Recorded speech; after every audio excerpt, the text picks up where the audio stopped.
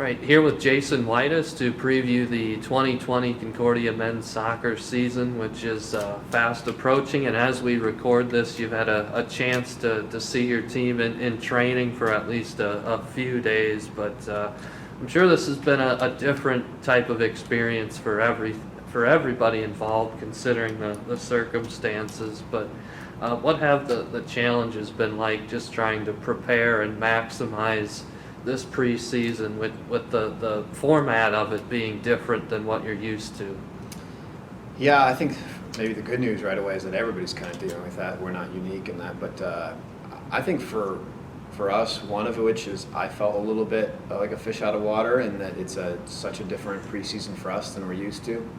I feel like we have general experience to lean on, and things that we've done in the past, and we can always tweak those or change things, but it's kind of starting from scratch for our preseason and figuring out how to go about that.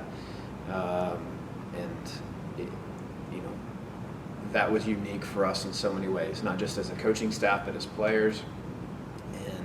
And the other challenges would be trying to figure out how to be a tight-knit team when you are being purposeful in guidelines, right? In protocols and guidelines that in many ways require social distancing and require masks, and kind of are the opposite of what we would normally have happen in a given year, right? We're trying to be tight as a team. We're trying to encourage relationship building that happen on a kind of a natural, organic way.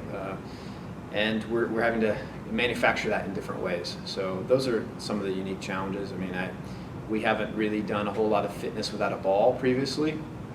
Most of our fitness has been with a ball. I think that's just kind of a philosophy that we have within our program. And this year was a little bit different. To starting out with some fitness without a ball was unique for us.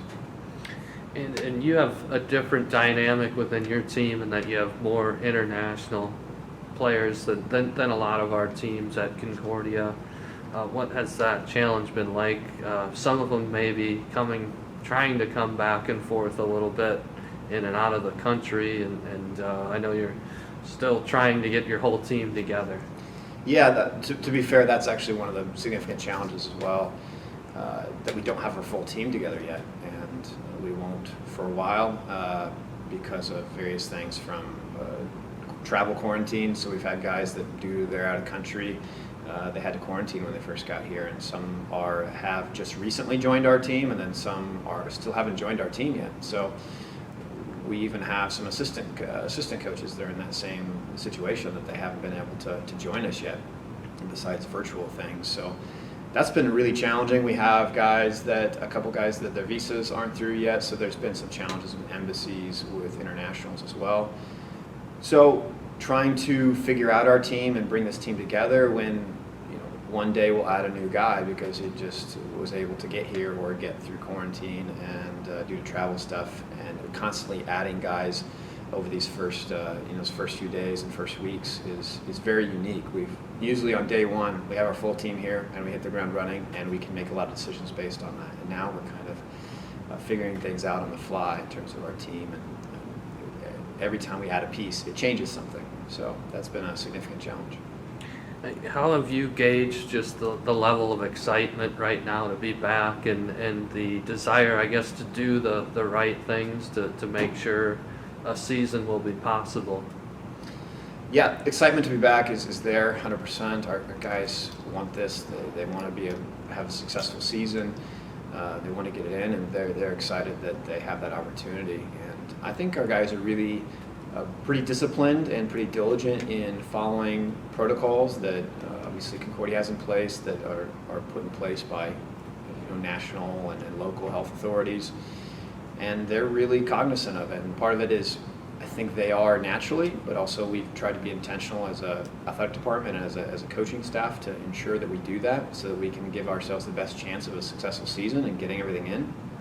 But our guys are really doing that. They're doing their best to social distance, and they're doing their best to limit their social circles and wear masks and take precautions to put themselves individually and collectively in the best position for us to move forward as a team with everybody healthy and our full team together. So our guys, I think, have had a good attitude about it. You know, I didn't know what it would be like with all these protocols because there's a lot of changes for them as student athletes, and just that natural human experience is harder for them. And I think they've really done well with it and haven't stressed out too much about it, but have been smart about it. At the same time, there is a lot of familiarity in the program with a lot of returners, and this being your 13th year as a head coach, what kind of advantage does that maybe give you over some other programs?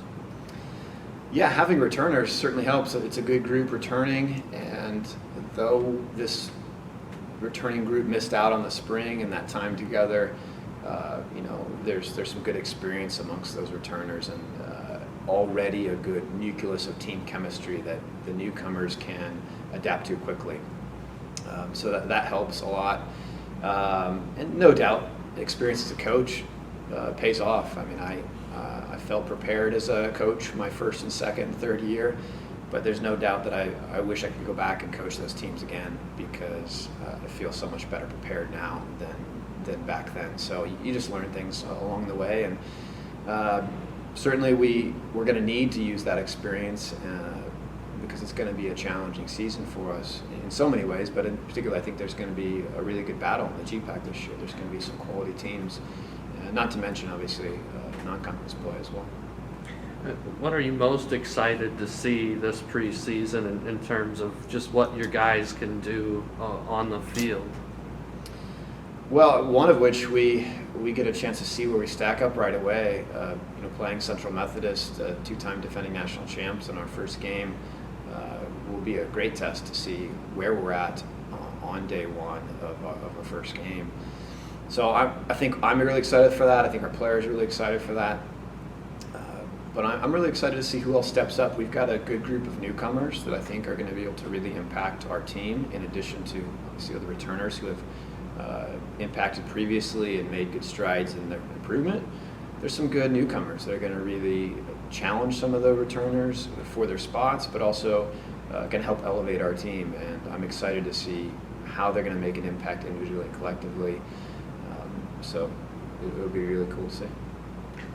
And I know injuries played a role last year. At one, you got off to a really great start, and it was hard to maintain, I guess, with some of those things happening. But how is that impacting your team, maybe to have some of those guys back in place? It's nice. You know, yeah, last year was really unique.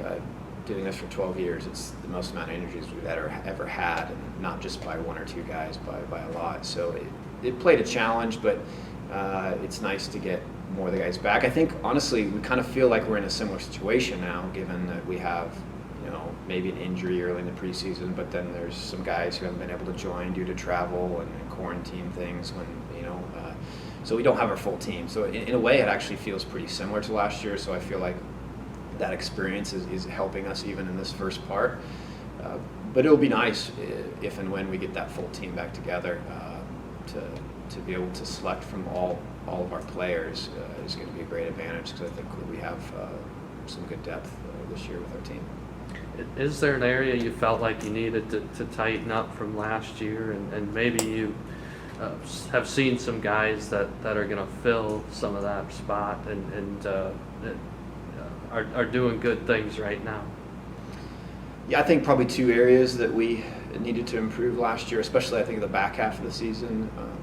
One, reducing the amount of goals we concede. Typically, we're a team that doesn't concede very many goals, and I think the back half of the season last year we got on the back foot and we were chasing games a lot. So that'll be important for us to be a bit more staunch defensively and improve in those areas. And I think we've got the guys to be able to help do that. And then in the attack, the other thing that we maybe was a challenge for us last year is the second half of the season. We weren't creating the goals at the same clip, at the same level we were early in the season.